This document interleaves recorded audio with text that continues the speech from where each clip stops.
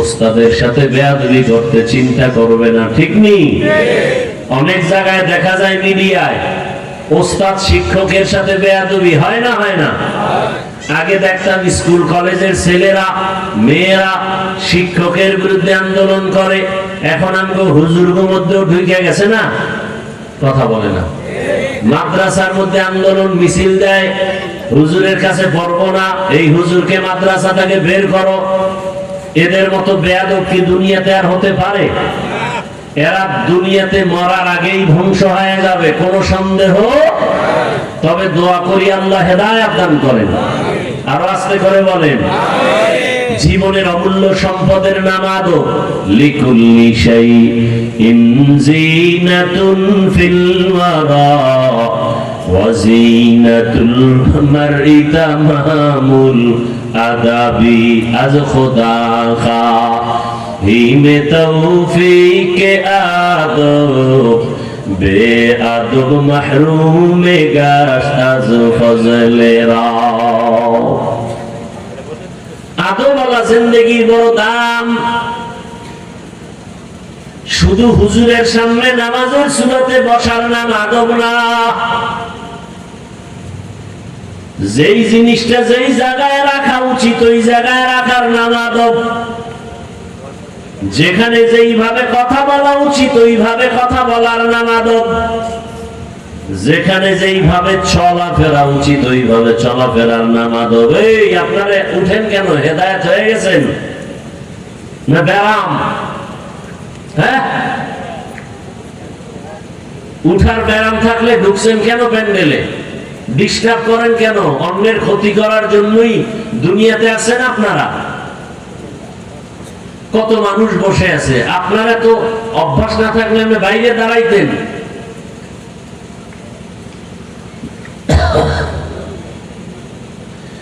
আল্লাহ তাআলা বলেন আমাকে ভয় করো। এই ভয়টা না থাকলে কোনো বয়ান অন্তরে আসবে না।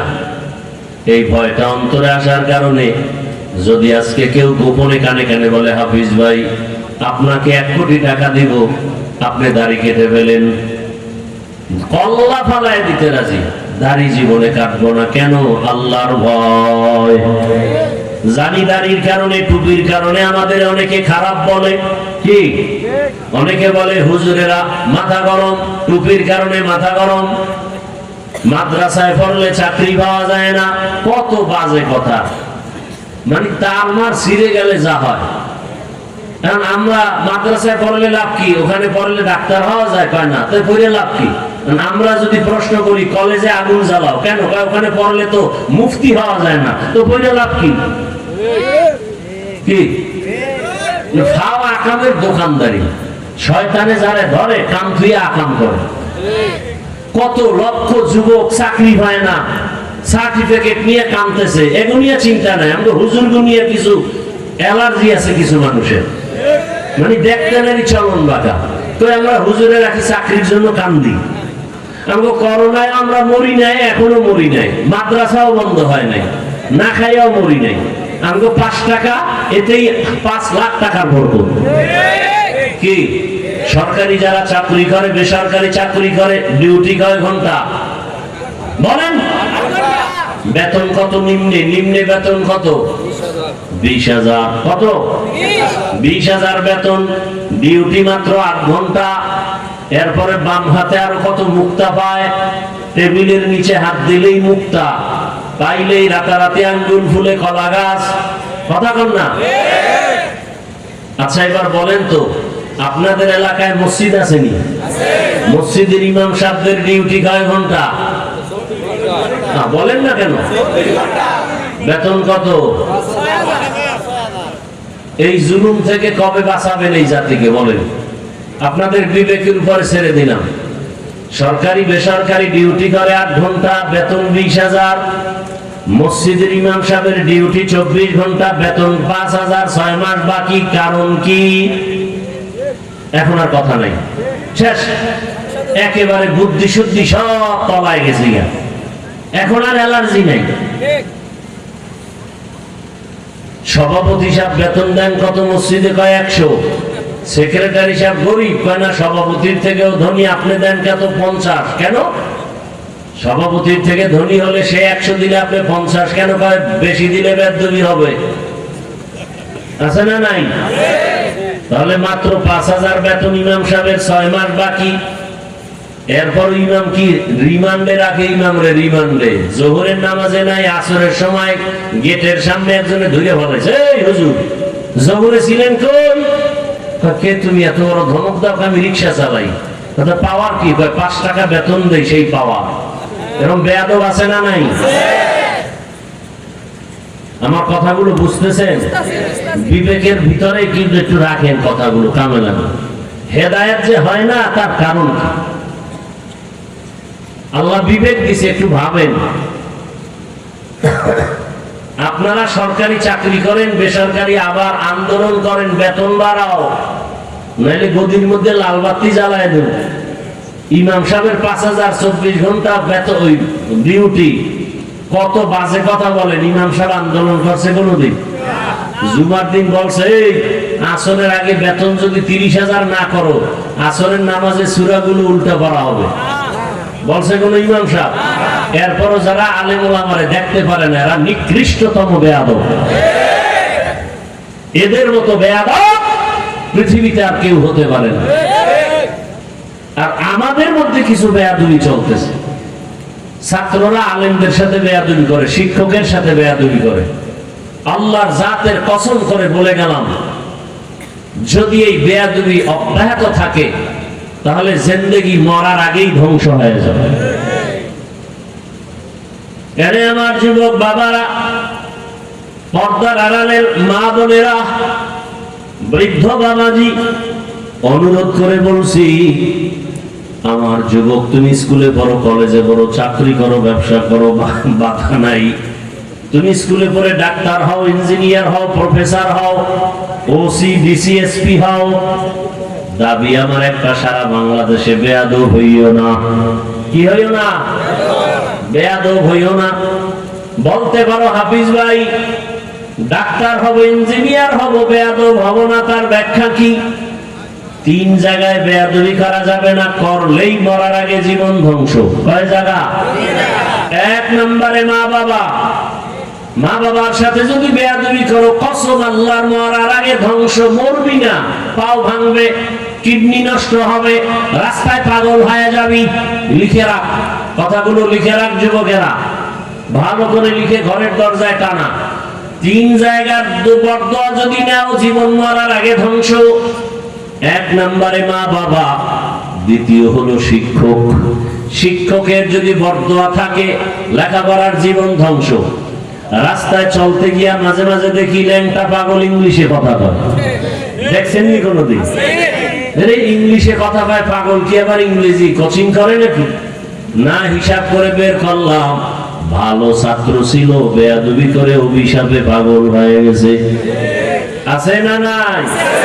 অনেক ছাত্র দেখি পাগল, কিন্তু আরবিতে কথা বলে।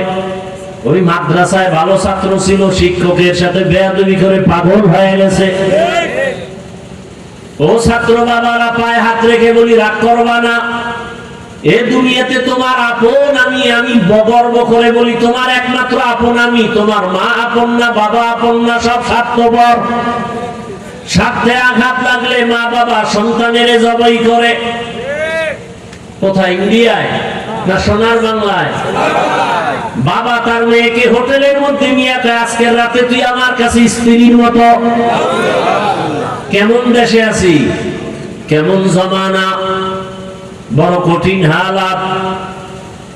এখন মেয়ে গুম হয়ে যায়, ছেলে গুম হয়ে যায়, বিচার নাই। সঠিক বিচার থাকলে বাংলাদেশ ঠান্ডা করতে মাত্র 1 মাসের টাইম। 1 মাস। পলিথিন বন্ধ করো, বন্ধ করো, দোকানপাটে বন্ধ করে লাভ কি? ফ্যাক্টরিতে আগুন জ্বালাও, সব ঠান্ডা। কি আসল জায়গায় না বিচার করতে হবে? প্রত্যেকটা মন্ত্রণালয় থেকে ঘুষ বন্ধ করে দেওয়া হোক। আর এখন তো মিডিয়ার যুগ, সব লাইভে। 6 মাসের কারাদণ্ড ঘুষ খাইলে, প্রমাণ পাইলে 1 মাসে বাংলাদেশ সোজা হয়ে যাবে। 1 মাস। এর নাম আল্লাহর ভয়, তাকওয়া। আল্লাহর ভয়, তাকওয়া না থাকলে হবে না। ওই রোহিঙ্গা ওলামায়ে কেরাম 5 টাকা ভাগ করে অর্ধেক দিয়ে আসছে রোহিঙ্গাদেরকে, আবার আরো অনেকে দিয়ে আসছে, কিন্তু আলেমরা আল্লাহর কাছে দোয়া করছে, বিনিময়ে কিছু চায় নাই। আর অন্যরা গিয়া ব্যানার টানাইয়া এনজিওর শাখা খুলছে, এনজিওর শাখা খুইলা বলে এইবার টাকা নাও, মাসে মাসে কিস্তি দাও। আসেনি? কিস্তি যদি না দিয়া মরে, কবরের কাছে গিয়া লোকেরা দাঁড়ায়, লাশ কবরে নিবি না, কিস্তি আদায় কর। আছে না নাই? বড় কঠিন হালাত।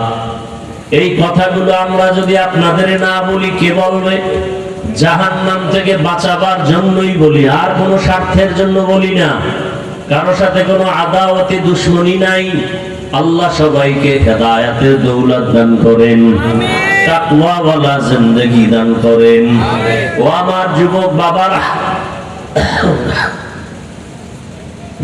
বাবারা, স্কুলে পড়ো, কলেজে পড়ো, চাকরি করো, তোমার মতো কত ছেলে 5 ওয়াক্ত নামাজি স্কুল কলেজে আছে না নাই? তুমি কেন পারবা না? তোমার মতো যুবক রাস্তায় গাড়ি চালায়, নামাজ পড়ে, তুমি পারবা না কেন? আল্লাহর ভয় অন্তরে জমা করো। আল্লাহর ভয় যখন অন্তরে থাকবে, মরিয়া গেল সে হারাম খাবে না। ওমরে ফারুকের ঘটনা প্রায় সময় বলি। খলিফাতুল মুসলিমিন, এত বড় দামি বান্দা ওমরে ফারুক, এক সময়ে বিশ্ব সন্ত্রাসী তরবারি নিয়ে দৌড়ায় নবীকে জবাই করার জন্য। রাসূলকে জবাই করতে গিয়ে ওমরের মতো বান্দা কালেমা পড়ে মুসলমান হয়ে পাওয়ার বেড়ে গেল। এখন ওমর যেই পথে চলে, শয়তান ওই পথে চলে না। পাওয়ার সেই ওমর ঈদের কয়েকদিন আগে বাজার করবে, কিন্তু টাকা নাই। স্ত্রীকে বলল কি করা যায়? স্ত্রী বলে অর্থ মন্ত্রণালয় থেকে আগামী মাসের বেতনটা নিয়ে আসেন অগ্রিম। কাকে বলল? দেখছেন নি কারবার? এরা অজনে এই 1 মিনিট হয় নাই, 1 মিনিট নয়, 5-10 সেকেন্ডের মধ্যে খবর নেই। এই শুনবেন আর হেদায়াত। স্ত্রী বলল 1 মাসের অগ্রিম বেতন নিয়ে আসেন। কাকে বলল? এটা বলতে তাবিজ লাগে না? ওমরে ফারুক চিঠি লিখলেন অর্থ মন্ত্রণালয়ের জিম্মাদার আবু ওবায়দা ইবনুল জাররাহ। এবার চিঠি লিখলেন, আমাকে 1 মাসের অগ্রিম বেতন দিয়ে দাও। একেবারে সরকারি সিল মাইরা দিছে। চিঠিটা নিয়ে যখন ইবনুল জাররাহ তার কাছে চলে গেল, তিনি উল্টা দেখা কান্না কইরা আবার চিঠি আর একটা উল্টা লেখছে প্রশ্ন করিয়া। ওমরের কাছে যাও, আমার এই চিঠির উত্তর দিয়া দাও, 2টা প্রশ্ন আছে, জবাব দিলে টাকা দিবে, এর আগে না। দেখছেন নি কারবার? রাজনীতি বুঝেননি? ওমর পুরা দেশ চালায়, আর অর্থমন্ত্রী কথার কথা। এর কাছে যদি টাকা চায়, না দিয়ে উপায় আছে? হ্যাঁ, কিন্তু সে চিঠি লেখছে, ওমরের টাকা দেওয়া হবে না, 2 প্রশ্নের জবাব দিতে হবে। রাজনীতি কি জিনিস ইসলামে শিখায় গেছে। ওই ইসলাম না থাকলে রাজনীতি থাকবে না, দুর্নীতি চলবে, দুর্নীতি। এবার চিঠি পাইয়া ওমরও কাঁদতেছে। চিঠির মধ্যে 2টা প্রশ্ন, আল্লাহর ভয় নিয়ে প্রশ্ন করা হলো। খলিফাতুল মুসলিমিন, আপনি যে 1 মাসের অগ্রিম বেতন চাইলেন, প্রথম প্রশ্নের জবাব দেন, আগামী 1 মাস পর্যন্ত আপনি বাঁচবেন কিনা? বাঁচার গ্যারান্টি আছে? নাই। দ্বিতীয় প্রশ্ন, আগামী 1 মাস যদি বাঁচিয়াও থাকেন, ক্ষমতার চেয়ারে থাকার গ্যারান্টি আছে নি? কি গ্যারান্টি আছে? কপাল পুরলে তো ফজরের আগে কইবে বিদায়, জোহরের আগে কইবে বিদায়, আসরের আগে বলবে বিদায়। বড় কঠিন হালাত। ওমরে ফারুক চোখের পানি ছেড়ে কাঁদলেন। আবু উবাইদা ইবনে জাররাহর জন্য দোয়া করলেন, হে মালিক, আমার আবু উবাইদাকে তুমি কবুল করে নাও। আমাকে আবু উবাইদা ইবনে জাররাহ জাহান্নাম থেকে বাঁচাইলো। দেখছেননি? আর আমি যদি অর্ডার করি মাদ্রাসার আমার অধীনস্থ ভাইস প্রিন্সিপালকে আমার টাকার আলমারি থেকে 5,000 টাকা দাও, না যদি কয় দেওয়া হবে না, আমি নোটিশ করবো তাড়াতাড়ি, আমি আসার আগে তুমি বিদায়। কথা বলে না? এটা রাজনীতি না দুর্নীতি? রাজনীতি শিখায় ইসলাম, ইসলাম ছাড়া অন্যগুলো শিখায় দুর্নীতি আর পেটনীতি। আচ্ছা, এখানে অনেক শিক্ষিত লোক আছেন, বলেন তো আল্লাহর কোরআনে রাষ্ট্রনীতির কথা নাই? আল্লাহকে সাক্ষী রেখে বলেন, বলেন নাই? সুলাইমান নবী গোটা দুনিয়াটা চালান নাই? ইউসুফ নবী মিশরের অর্থমন্ত্রী ছিলেন না? কথা বলেন, এটি কোরআন শরীফে নাই? কেন বলেন কোরআনে রাজনীতি নেই? কেন বলেন, বলেন তো আমাকে। আপনি করেন না সেটা ভিন্ন কথা। যেমন এখানে অনেক আছে নামাজ ঠিক মতো পড়ে না, তার মানে কি নামাজের বিরোধিতা করে? নামাজ না পড়া জিনিস নামাজের বিরোধিতা করা। আপনার ইসলামের রাজনীতি করেন না সেটা আলাদা, কিন্তু ইসলামের রাজনীতির বিরোধিতা করা তো এটা আলাদা না, এটা তো বেঈমান হওয়ার কথা। ভাইরা আমার, এই এক দলের মাথা গরম হয়ে গেছে। কি হুজুর যা একটু ভালো আছিলেন, গেছে লাইন ছাড়া। আছে না নাই? সমস্যা কোথায়? এই চশমার আয়না কালো, স্টেজে এসে দেখে কয় কাপুর কালো কেন? কয় কিয়ামত হয়ে গেছে, যুদ্ধ চলতেছে তো। বাতি কালো কেন? কয় এটাও কিয়ামতের আলামত। মানুষগুলো কালো কেন? কয় এটা 3 নাম্বার আলামত। আর একজনে কানে ধরে কয় বেয়াদব, সব ঠিক আছে, তোর চোখের চিকিৎসা কর। তাবলীগ ভালো, ইসলাম ভালো, কোরআন ভালো, হাদিস ভালো, ওলামায়ে কেরাম ভালো, মাদ্রাসা ভালো, যারা বলে খারাপ ওদের অন্তর খারাপ। অন্তরের চিকিৎসা করো। ও আমার যুবক, এতক্ষণ আলোচনায় কি বুঝলা? স্কুলে পড়া যাবে না, কলেজে পড়া যাবে না, যাবে তবে পার্কে যাওয়া যাবে না। স্কুলে পড়া যাবে, কলেজে পড়া যাবে, গাঁজা খাওয়া যাবে না। স্কুলে পড়া যাবে, কলেজে পড়া যাবে, শিক্ষকের সাথে বেয়াদবি করা যাবে না, মা বাবার সাথে বেয়াদবি করা যাবে না, ওলামায়ে কেরামের সাথে বেয়াদবি করা যাবে না। ঢাকা কলেজে গিয়ে তাকাইয়া দেখো কত ছাত্ররা কলেজে ক্লাস করে, মাথায় পাগড়ি, মুখে বড় দাড়ি, বড় জামা নাই, বিড়ি খায়, মদ পান করে। তুমি কেন পারবা না? ও পর্দার মা বোনেরা, আপনার মতো মা কত দামি এই দুনিয়াতে আর কেউ নাই। সব নবীদের মায়ের মতো আপনারা, আপনারা নবীদের মা, সাহাবায়ে কেরামদের মায়ের মতো মা, বড় পীর আব্দুল কাদের জিলানীর মায়ের মতো মা, খাজা মঈনুদ্দিন চিশতি আজমিরি রহমাতুল্লাহ আলাইহির মায়ের মতো মা। আপনার সন্তানটাকে বড় একজন আদর্শবান ডাক্তার বানায় দেন, কোরআন পড়াইয়া। জীবনে জানো শিক্ষকের সাথে বেয়াদবি না করে, আলেমের সাথে বেয়াদবি না করে, মা বাবার দোয়া নিয়ে চলে। যদি 3 জায়গার দোয়া নিয়ে চলতে পারে, ডাক্তার হলেও সে সর্বোচ্চ সম্মান পাবে পুরা দেশের মধ্যে, এলাকায় না, পুরা দেশে। ওসমান হাদির কথা ভুলে গেছো? যুবকেরা রাস্তা দিয়ে চলে, মানুষ এসে টাকা দেয় বান্ডিল, এ হাদি ভাই নাও, কেন? কয় এমনি দিলাম। তোমার দেয় কেউ?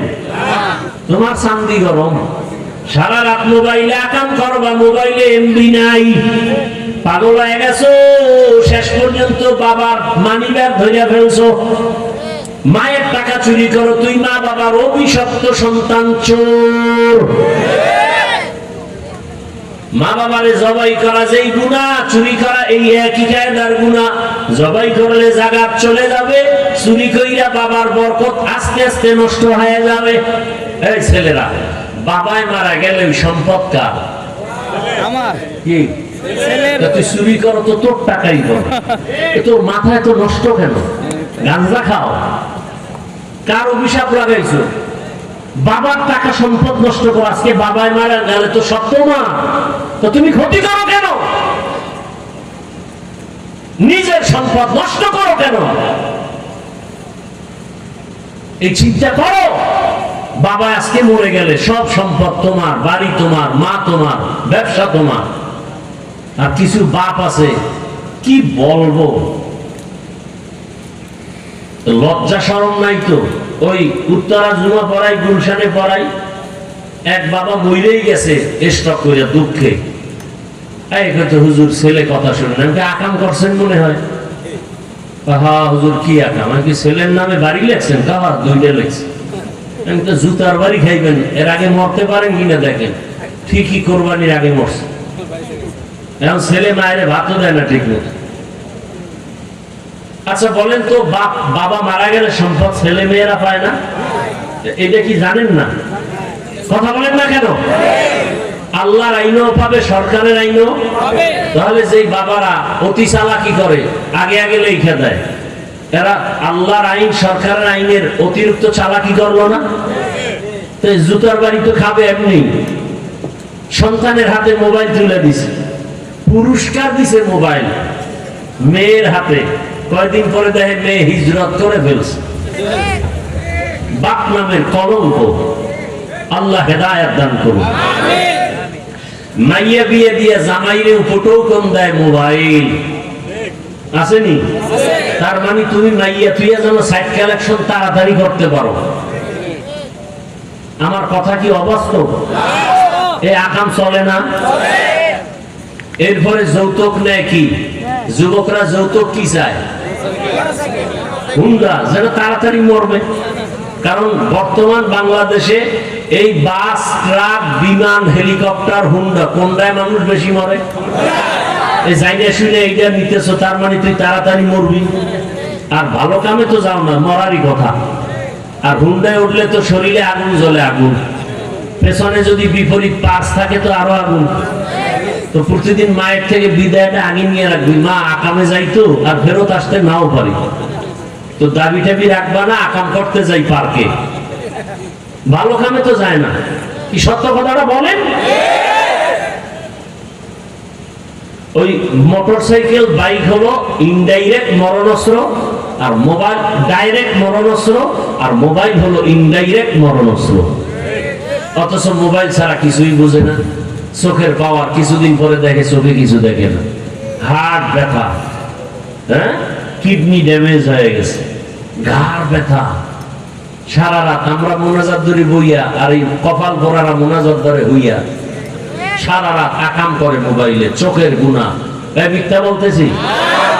হাতের গুনাহ, জবানের গুনাহ, অন্তরের গুনাহ। মায়েও দিকে এক রুমে মোবাইল চালায়, স্বামী আর এক রুমে, ছেলে এক রুমে, মেয়ে আর এক রুমে। মানে পুরো বাড়িটা জেনা চলতেছে মোবাইলে, জেনা। রাগ করতেছেন? আমি যা বলতেছি এগুলো কি বাস্তবে আছে? তাহলে এই সন্তানের থেকে কি আশা করবেন আপনি? গাছ ভালো হলে না ফল ভালো হবে? এজন্য বলি, পর্দার আড়ালের মা বোনেরা, আপনাদের জীবন বড় ধন্য। এখনো সময় আছে। একটা আদর্শ সন্তানের মা হয়ে কবরে যান। সন্তানের হাতে মোবাইল দিয়েন না, কোরআন দেন। কোরআন স্কুলে পড়ে কোরআন পড়াবেন, ডাক্তার হবে কোরআন পড়াবেন।